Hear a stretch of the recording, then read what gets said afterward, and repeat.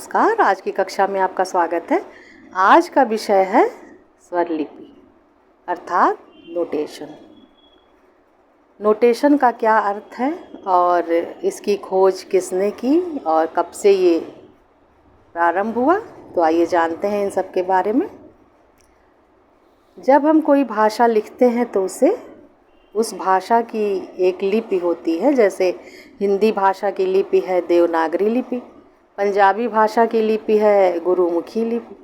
इसी तरह संगीत की भाषा की जो लिपि है उसे स्वर लिपि पद्धति कहते हैं, यानी कि नोटेशन। तो इसकी खोज संगीत जगत के दो महान व्यक्तित्व के स्वामी पंडित विष्णु दिगंबर पलुस्कर जी और पंडित विष्णु नारायण भातखंडे जी ने की। इन्होंने सोचा कि अच्छी अच्छी चीज़ों को कैसे संग्रहित किया जाए और आने वाली पीढ़ियों तक पहुंचाया जाए, क्योंकि उस समय तो विज्ञान का कोई ऐसा आविष्कार था नहीं जिससे रिकॉर्डिंग करके हम लोग रख सकें। कितने अच्छे अच्छे कलाकार आए, बजाए, गाए, हम लोग उन सबको सुनने से वंचित रह गए। तो बाद में इन दोनों लोगों ने सोचा कि जो हमारी संगीत की धरोहर है वो आने वाली पीढ़ियों तक कैसे पहुंचाया जाए। तो इन दोनों लोगों ने एक बहुत ही महत्वपूर्ण खोज की, स्वरलिपि पद्धति का निर्माण किया। जैसे पंडित विष्णु नारायण भातखंडे जी ने, जो कि उत्तरी हिंदुस्तानी संगीत पद्धति के हैं, और दक्षिणी संगीत पद्धति के पंडित विष्णु दिगंबर पलुस्कर जी हैं।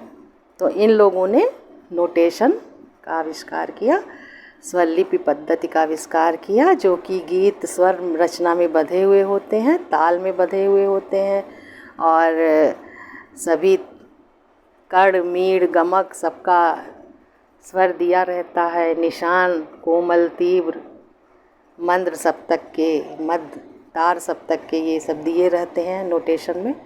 तो हम लोग उसको देखकर, पढ़कर गा सकते हैं। बहुत ही सुविधा हो गई है।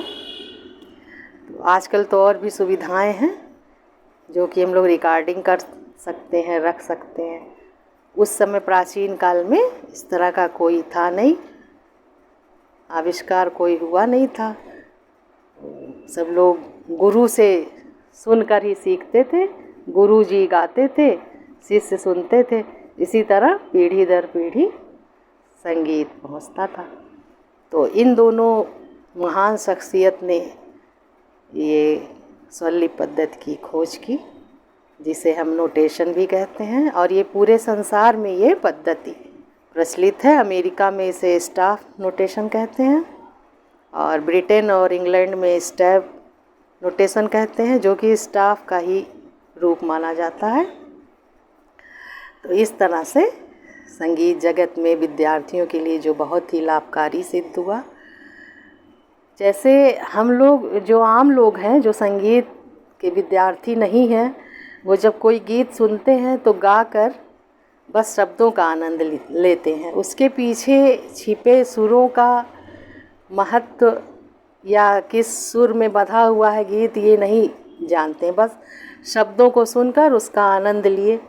लेकिन जब संगीत सीखना शुरू करते हैं विद्यार्थी, और जब देखते हैं कि नोटेशन में ये गीत इस तरह से बंधा हुआ है, सुरों की, उसके पीछे सुरों की एक अलग ही दुनिया होती है, तब समझ में आता है कि ये कितनी अच्छी चीज़ है, कितना आनंद आता है गाने में।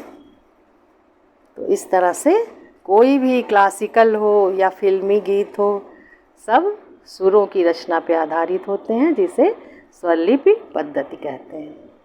और इसे हम पढ़कर, देखकर गा सकते हैं। जैसे कोई रेलगाड़ी है, चलती है, तो गीत चल रहा है, गीत का हम लोग को आनंद आ रहा है, लेकिन पटरी जो है वो नहीं दिखाई देती है, उसी पे रेलगाड़ी चल रही है। पटरी क्या है? स्वर है। स्वर नींव है, उसी स्वर पे आधारित है। जैसे कि ये एक गीत है, ज़िंदगी एक सफ़र है सुहाना, ये इसका नोटेशन है ग रे सा सा रे गा मा, गा मा पा मा गा मा सा रे नी सा। जिंदगी एक सफर है सुहाना, यहाँ कल क्या हो किसने जाना। तो इस तरह से वो गीत रचना स्वरों पे आधारित होती है, जिसे हम स्वरलिपि या नोटेशन कहते हैं। और इसके चिन्ह मैंने पिछले वीडियो में आपको मैंने बताया है कि किस तरह से लिखा जाता है। मिलते हैं नेक्स्ट क्लास में, तब तक आप अभ्यास कीजिए। Thank you.